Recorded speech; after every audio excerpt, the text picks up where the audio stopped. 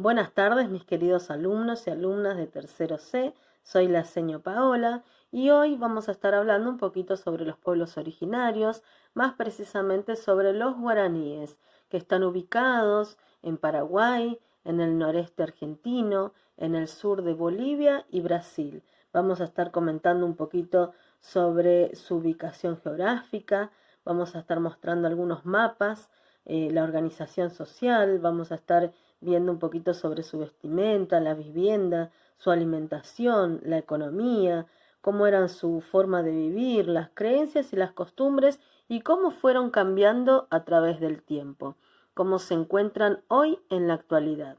Acá tenemos una imagen de una de sus viviendas, así construían sus casas y las siguen haciendo todavía de esa manera. Lo hacen de troncos, hojas y barro. Eran casas amplias y se las llama casas comunitarias. ¿Por qué? Porque vivían muchas familias, hasta 60 personas podían entrar en esas casitas. Acá tenemos otra imagen en donde se puede observar que cada una de las personas, cada uno de los integrantes de la familia está realizando alguna actividad en particular. Generalmente los guaraníes se destacan por las manualidades, por el tejido, todo lo que hacen a mano, hamacas paraguayas, ponchos, artesanías, jarrones. Cada uno de ellos desempeña una tarea en particular. Y vamos a estar contando un poquito sobre su ubicación geográfica. Están habitados en Paraguay, en el noreste argentino, Entre Ríos, Corrientes, Misiones, parte de la provincia de Chaco y Formosa. También se encuentran muy poquitos en el sur y en el sureste de Brasil y en el sureste de Bolivia. El físico de los guaraníes era armonioso y robusto, de estatura mediana, rostros ovalados, cabeza grande, pelo oscuro y abundante. Podemos observar ahí en la imagen que antes, muchos años atrás, ellos tenían una forma de vivir que hoy en la actualidad cambiaron un poquito y sobre todo su vestimenta. Antes los hombres andaban desnudos y las mujeres se cubrían con un taparrabo. Se pintaban el cuerpo y se adornaban con plumas. Los guaraníes vivían en casas grandes construidas con troncos y hojas donde vivían varias familias. Las armas eran el arco y la flecha y la macana. La macana es como un machete hecho de madera atada con una roca o con una piedra grande muy filosa. El arco podía alcanzar los 2 metros y las flechas llevaban puntas de hueso humano. La organización política y social. Vivían en aldeas, en tribus que ocupaban en los claros de la selva. Las familias vivían en casas comunales que tenían su jefe. Este tenía su aposento en el centro de la cabaña, que era larga hasta 60 metros, de una sola pieza donde cabían de 60 hasta 120 personas.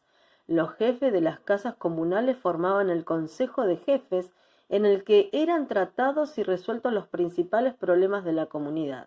La aldea estaba dirigida por un jefe político.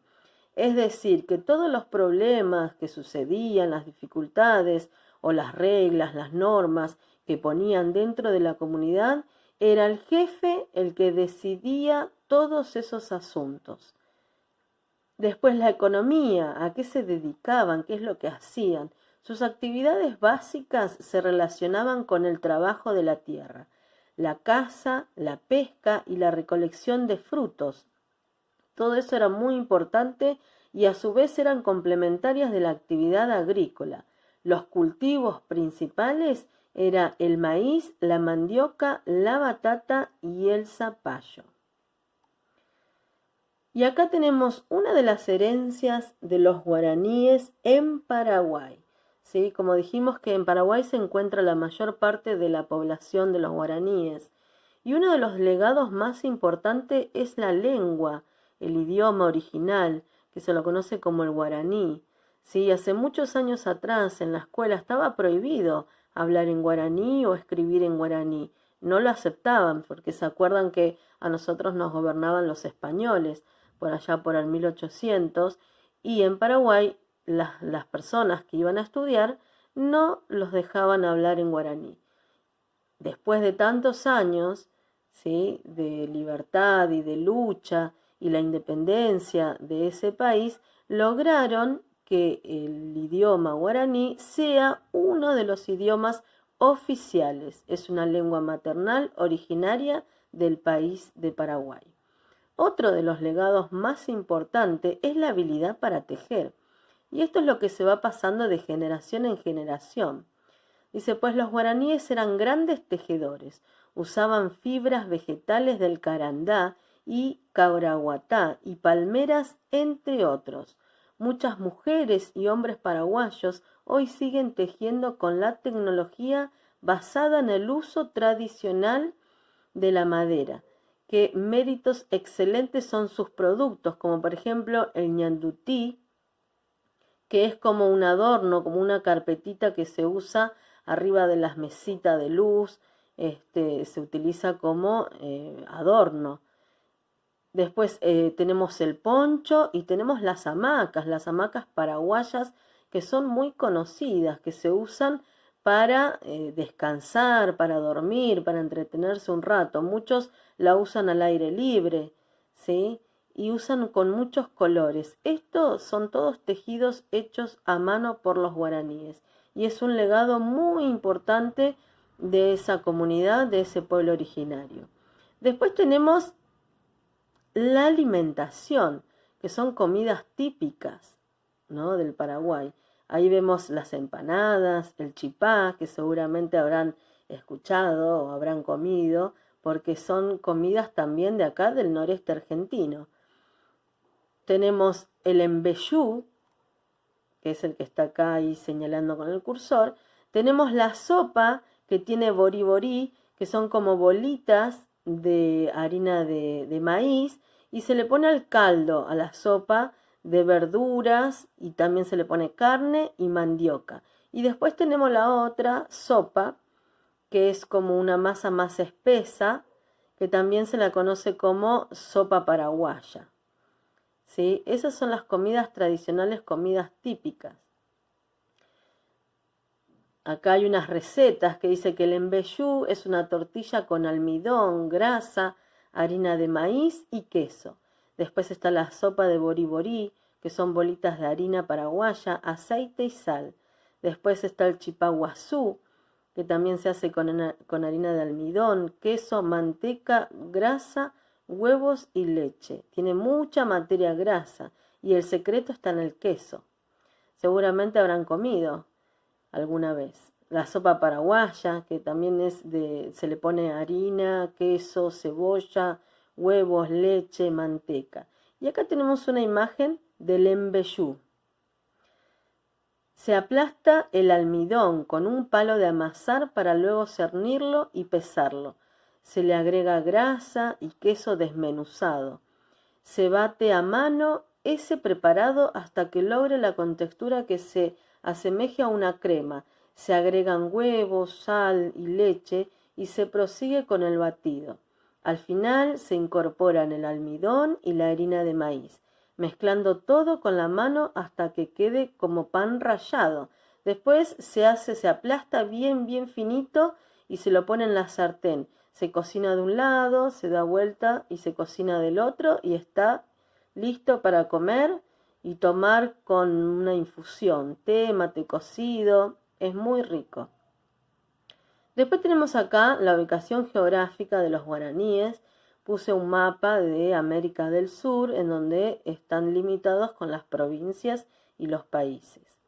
Acá tenemos con celeste Argentina, con el color verde Paraguay, con el color amarillo tenemos a Brasil y el color naranja a Bolivia. ¿Sí? Voy a estar marcando en qué zona se encuentra. Este es el noreste argentino. Acá tenemos Formosa, Chaco, Misiones, Corrientes y Entre Ríos. Y acá tenemos Paraguay. Y el sur de Bolivia vendría a ser este que está acá, en la parte de abajo, y este vendría a ser el sur de Brasil. Acá tenemos más abajo otro mapita más cerca, que es de la Argentina, y acá está marcado el noreste argentino con color verde. Y están las provincias de Formosa, Chaco, Misiones, Corrientes, y Entre Ríos. Esto que está marcado con verde. Y después acá tenemos a Paraguay, ¿sí? Lo tenemos acá delimitado con color blanco, ¿sí? Eso es Paraguay, ¿sí? Y acá es donde está la mayor concentración de los pueblos originarios de los guaraníes. Y vamos a nombrar algunos de ellos. Acá dice Mbillá, acá dice Abá, Aché, Ñandebá, Cayoguá, ¿sí? Más o menos me sale. Es difícil la pronunciación del idioma guaraní. Acá dice, los guaraníes también fueron conocidos como Chiripá, Cainguá, Montesés, Apiteré, Tembecuá o Mbillá. Ellos se autodenominan Abá, persona en guaraní. Vieron que es una particular forma de escribir, ¿no? Y en la actualidad, dice, hoy los guaraníes están un poco arrinconados en tierras privadas o fiscales, en constante peligro de desalojo. Sus aldeas son pequeñas y las antiguas malocas fueron reemplazadas por simples casas para cada familia. ¿Se acuerdan que habíamos dicho que en la antigüedad tenían casas muy amplias y vivían hasta 120 personas? Hoy en día esas viviendas son más pequeñas y solamente vive un grupo familiar. Después dice que siguen trabajando la tierra con el sistema de roza y quema, pero ahora usan machetes, hachas y azadas que compran en las ciudades. O sea que ya no usan las mismas herramientas, arco y flecha que usaban antes, sino que fueron adaptándose a unos nuevos cambios. Dice, de ese modo cultivan las plantas tradicionales y otras traídas por los europeos como la caña de azúcar. Dice, a veces pescan, cazan, buscan miel silvestre y recolectan en el monte nueces, frutas y huevos. Como la ciudad fue abarcando mucho lugar, entonces les cuesta recolectar los alimentos como lo hacían antes. Y acá podemos observar que acá los guaraníes ya no están desnudos como antes, tienen otra vestimenta, tienen otra ropa, inclusive acá vemos que este señor tiene un sombrero, ¿sí? Entonces